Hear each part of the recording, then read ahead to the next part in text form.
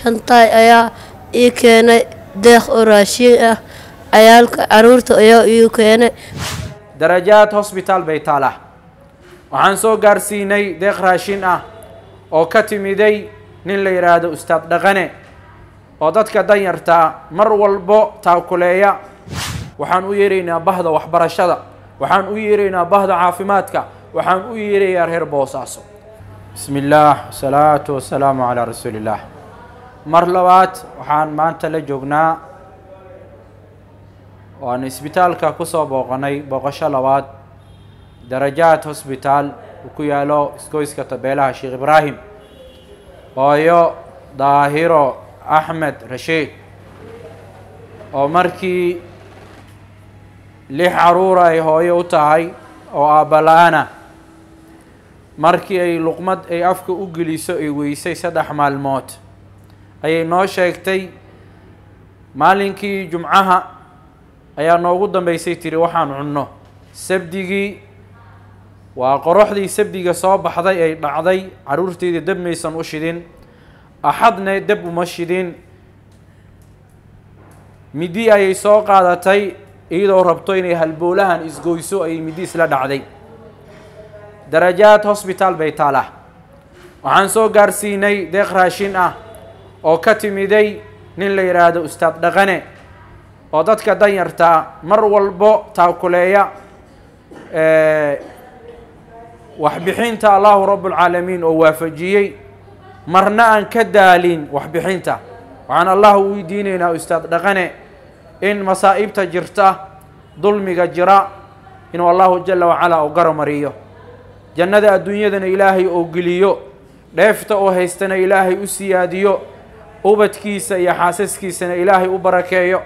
acmaashana oo ka aqbalo maalin ta uu baahan yahay oo dhulka hoostiisa oo galane qabriga rawdatun min riyaadil janna Allah kaga dhigo bacda alba'thina kuwan Ilaahay wajigiisa aan ku hungoobin oo Allah jalla wa ala oo jahiima ka durjiyo oo jannaatu naciim oo geeyana Allah ka dhigo waxaan ku wareejinay raashin dhameystiran ayaan ku wareejinay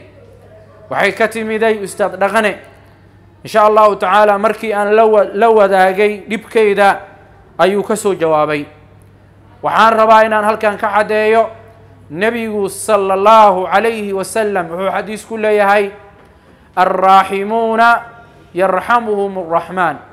irhamu man fil ardi yarhamkum man fis samaa kuwa naxariista ay damqada ay dhimriya ay baahida iyo dadka danyarta dhibkooda oo dhibo waxa uu naxariisto midka raxmaanka ay naxariista dhabta ay bixiya ay dheefta bixiya Allahu jalla wa ala wuxuu leeyahay waxaan ahay midka xaajaadka dhan la soo aado as-samad alladhi yusnadu ilayhi al-umur Allah wuxuu leeyahay waxaan ahay midka xaajaadka iyo baahida la aado qofka maanta u baahan inuu dhargo dharagta Ilaahay agtiisa ay taala qofka raba inuu awlaad helo awlaada Ilaahay baahaya qofka raba inuu hanti helo oo faqriga ka baxo Ilaahay gacantiisa ku jirta midka xanuunsan ay caafimaadka raadinaya ay habeen iyo maalin tiiha ku jiro ay xanuunku uu ka tagi laayahane Ilaahay baa ka qaadaya laakiin nabigu sallallahu alayhi wa sallam asbaab uu dhigay maxaa yeelay asaga Ilaahay noo soo diray asbaabta cimri dhiirida lagu helo xoolaha lagu helo waxa kamida dadka danyarta oo hoos loo eego waxa kamida hooyo daahir Ahmed Rashid baahideeda in laga jawaabo saxaafada Soomaaliya aad baan ugu mahad celinaya laakiin waxba ka dhiman wax qabadkiina wiriye ayaa u yimiday dibkeedii uu soo bandhigay laakiin meel laga la xiriiro iyo gargaarkay u baahnayd maysan helin shalay markaan u imaanay 26,000 oo qofood baa daawatay wiriyihii soo bandhigay 2,000 iyo dhowr qofood baa leeg saartay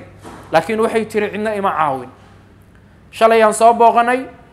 insha Allah ta'ala lacag yaro dabka ku shidato ayaan ugu tagnay maanta qamiisana waan la joognaa waxaan kaloo hadda mar labaad cadeynaya 7 qoys oo qaar ay naafan yihiin qaar ay yihiin aqoon iyo rajo iskugu jiro ayaa jiro oo aan dabka shidan oo aan ka baqayno inay halis galaan waxaan u caddaynaynaa dadka ilaahay wax siiyey kasoo qayb qaado insha allahu tacaala toddobada qoys ee muslimka ee qaraabada ah ee ehelka ah ayaan waxaan u rabnaa inaan la gaarno deeq raashin ah dadka aniga igu xiran dadkan iyo dadka lamidka maxaan igaga aadan waxaan igaga aadan inaad asxaabtiina aad la wadaagtaan inaad fiidiyowgaan meel fog gaarsiisaan cidda aan awoodin leegtuna lacag maaha shayrtuna lacag maaha intaan ugu taageer insha allahu tacaala waxaan la joognaa hooyo daahiro axmed rashiid ay markay luqmad caruurtayda afka u gelisa weysay midi qaadatay waan kuu tilmaamayaa halkaa iska gelisay iyadoo rabto inay intaa isgoyso ay dhimato isbitaal darajaad bay ku jirtaa waan ku celinayaa toddoba qoys ayaan doonaynaa insha allahu tacaala jimcaha iyo sabdiga inaan raashin gaarsiino insha allahu tacaala waxaan u yeeraynaa bahda waxbarashada waxaan u yeeraynaa bahda caafimaadka waxaan u yeerayaa reer boosaaso reer bullaanow taariikhdiina dib u eega ganacsatadiina iyo culamaa udiinkiina iyo ducaadda soomaaliya lamid maaha ganacsatadiinu ganacsatada soomaaliya lamid maaha dhaqankiina iyo cuqaashiina iyo isimadiinu dhaqanka kale lamid maaha soomaaliya markay musiibo dhacdo kaalinka koowaad baa ka gashaan gurmadka waxaan codsanayaa reer boosaaso inaad ka qayb qaadataan toddobada qoys ee baahan ee qarka u saaran inay dhintaan 5 ka mid oo agoomo weeyaan labane midna ninkaa ka waalan midna siday tilmaamtay ninkeeda wuxuu ku xiran yahay meesha la yiraahdo baardheer uu ku xiran yahay intaan xogta hayno oo aan la wadaagi karno toddobada qoys ayaan waxaan rabnaa insha allahu tacaala in lala soo gaaro deeq raashina waxaan mar labaad u mahad celinayaa ustaad dhaqane ee hooyo daahire axmed rashiid usoo gurmaday insha allahu tacaala mar kalean kusoo noqon doonaa waan ka warqabi doonaa insha allahu tacaala qofka doonaya inaad caafimaad haddaad doonayso ee aad xanuunsan tahay allahu jala wacala ayaa lagu baryayaa dad mudan baan kuu haynaa dadkaa toddobada qoys ka qayb qaado haddaad muraad leedahay toddobada qoys ka qayb qaado haddii waalidiintaadii ay dhinteen ee aad rabto inaad wax ugu darto toddobada qoys wax ugu dar insha allahu tacaala hala soo hadlo asalaamu calaykum waraxmat ullaahi wabarakaatu shantaay ayaa ii keenay deeq oo raashin ah cayaalka caruurta ayaa ii keenay maasha allah khayr allah siiyo jasadii jana allah ka dhigo بسم الله والصلاة والسلام على رسول الله ورقدان أنا قعنت كوها يو ورقدي هاي ظاهرة أحمد رشيد وإسبيتال كدرجات معلميه إلى تعالى ين قرشات كي كوب حي قرش كان ماشى كو قرن وكبض ناي إسبيتال كو شروط الآن بيجبد عن قبتين ويجور مدين لغاتيرتي كالكالياشي مامول كي إسبيتال كجرب استاجي waxaan rabnaa marka laba adoon oo qarashkan bixisaan ba hal qof $484 waxay gabadha aabaheed iyo walaalaheed cadeeyeen oo waayeel ah waana danyar dhammaantood oo isma dhaanta ah oo waxba haysan oo waqtigu ciilay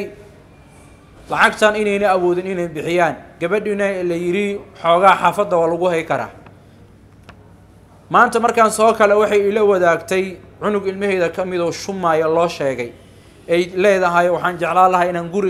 gurigeyga aan tago marka nabiguna wuxuu leeyahay sallallahu alayhi wasallam man sarrahu ruuxi ay farxad gelinayso an yunjiyahu allahu alla inuu ka badbaadiyo min kurabi yawmi alqiyaamati kurbooyinka qiyaamaha فلينفس هفيدو عن محسر مدق عن قبشة باهن حنوسا باهن ديميسا أو يضع عنه أنبها كدجيو إن شاء الله تعالى هو يدان باهي إذا ملسو كوي كرو بني آدم كإلهي باهي تري كرو لعقتان بان وحن ربنا إن شاء الله تعالى تتك الله سبحانه وتعالى وحسيي أو إلهي ابتليي لعقتان إني بحيان وإن شاء الله تعالى هو يدا يرهر كيد عن عنتي إذا كسور ردنو وأن رهنو هبلي هبلايات بحيي إسبيتال كهلا قصار لعقتها لقى بحيو تأخراشين عن أوكيني ustaad dhaqane ayaa raashinkaa soo dhiibay inta hartay waxaan rabnaa hal qof oo muraad leh oo ilaahay wax siyaa bixi karo insha allahu tacaala waan rajaynaynaa in aan lacagta qarashaadka isbitaalka dhiibi doono maqdaca labaadna aan ku farxi doono insha allahu tacaala. asalaamu calaykum waraxmat ullahi wabarakaatu.